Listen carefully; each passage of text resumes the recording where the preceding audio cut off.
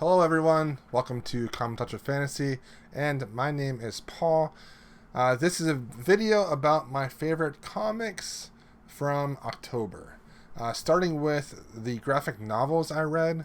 I read a lot of the Avengers versus X-Men event from Marvel. I got all of them from the library, or I got them off of Marvel Unlimited, and it was just alright. I gave it like a 3.5. If it wasn't for the fact that I got them all from the library and it was all free, I probably would have been upset with the quality. If I would have bought this while it was going on, or the graphic novels afterwards, and spent hundreds of dollars, I would have been very disappointed. But overall, I really like this event, and it's starting me on my Marvel trek. Because it starts in 2012, and I really just want to read like the new Marvel and start there. So it wasn't that bad. Around a 3.5. It was worth, spending all that time reading it. I did enjoy it. What I enjoyed more though, and I gave a 4, was The Vision by Tom King. A fantastic graphic novel.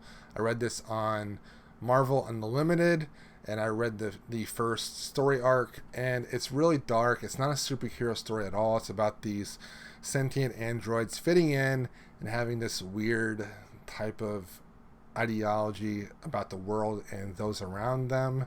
And it goes into like some dark places. It really reminds me of like a Stepford Wives type deal, and it was really good, and I highly recommend Vision. Alright, moving on.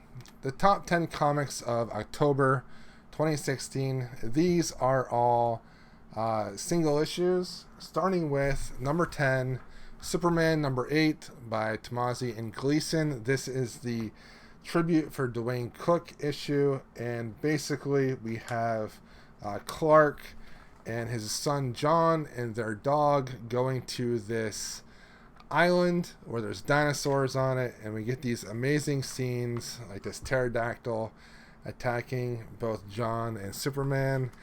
And because John's not old enough yet, he doesn't have all of his superpowers, so he can actually get hurt. So Superman Clark really has to protect him. And it's just a very fun, lighthearted issue that talks about war, and it talks about like the World War II and things like that. And it's just a great issue to further the bond between John and Superman and Clark. Great issue. Number 9, we have Champions number 1 by Waid and Ramos. So basically, all the young superheroes don't really like the older superheroes anymore, because the older superheroes are all about fighting each other and destroying a bunch of things, and these like really over the top type consequences, and the kids are like, yeah, this is way too much for us. Let's go help people, fix things that we can fix, actually fix things after we destroy them during a fight or something. So we have characters like Nova, Ms. Marvel, the young Hulk, we have Vision's daughter, and also, let's see, Cyclops will be in the next issue. Young Cyclops. We have Miles Moran, Spider-Man. And this was just a lot of fun, lighthearted, good times, teenager hijinks type stuff, and they're trying to do good. They're trying to be good people, and they are way different than their older counterparts. We have number 8, Action Comics, number 966 by Jurgens and Segovia. And this was such a good comic because it's all about Lois Lane going back to work. And what's so important about this is that she's married to basically the most powerful person in the world, but she herself, her life is not fulfilled. So she wants to go back and do what she can do to better the world by being a journalist again, by working at the Daily Planet. And it's all about them talking to each other, talking to their their son about her going back to work. And we have these amazing moments like right here where Clark and Lois are talking about it, and they have this very touching moment here on the porch of their house, and it's just such a great message. I loved it. 966 Action Comics. Moving on, number 7, Steve Rogers, Captain America number 6. I have not liked this run of Steve Rogers, Captain America. I thought the first 2 issues were good, but then it really was not that great. Number 6 gets back to what is good about it. And what's good about it is we have these flashbacks of when Steve was a kid in the Hydra school. And then we have him talking with the Avengers and different people and having these amazing discussions. And this one in particular between Captain America and Tony Stark.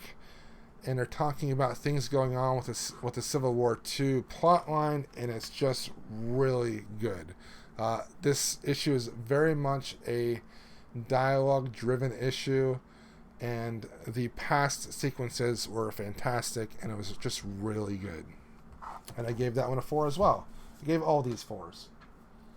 All right, here we go. Number 6, Kill or Be Killed, number 3 by Brubaker and Phillips. So good. So basically, Kill or Be Killed is about this guy that kills other bad guys. And he has to do it because if he doesn't, he dies.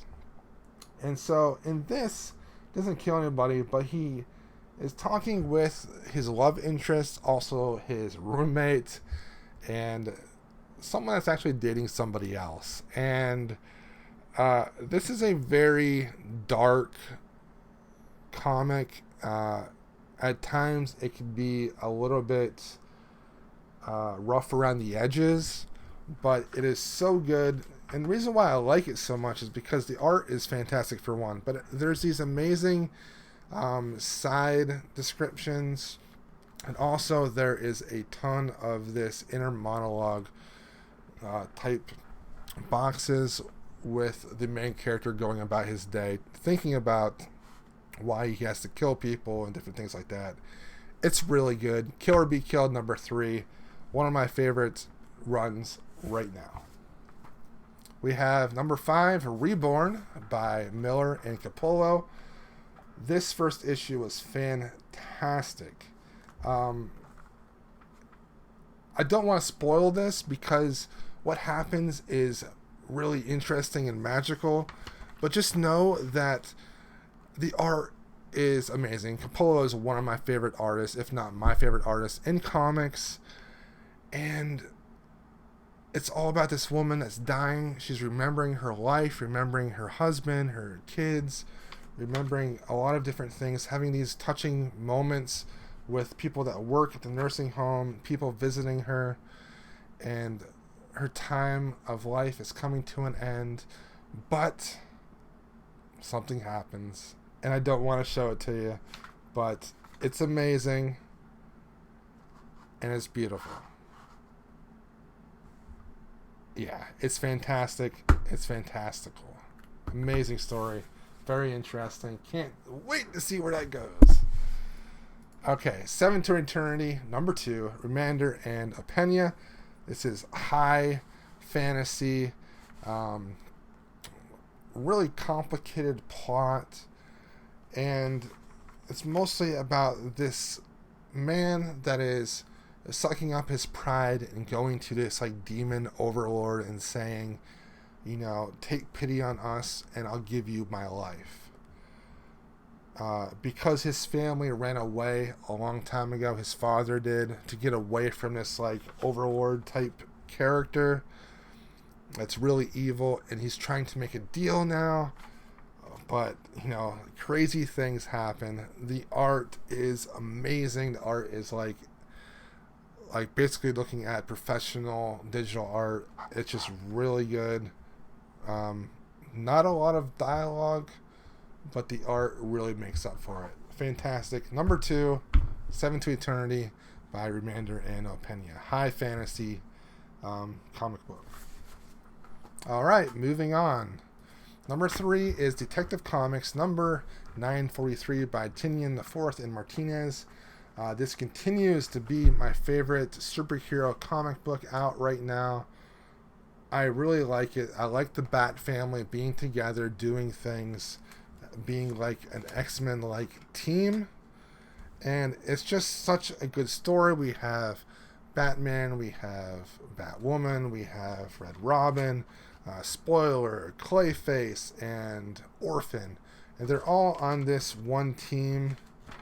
And this issue in particular, they have a lot of conversations between themselves about things that happened in the past story arc, because this is the first issue of the new story arc.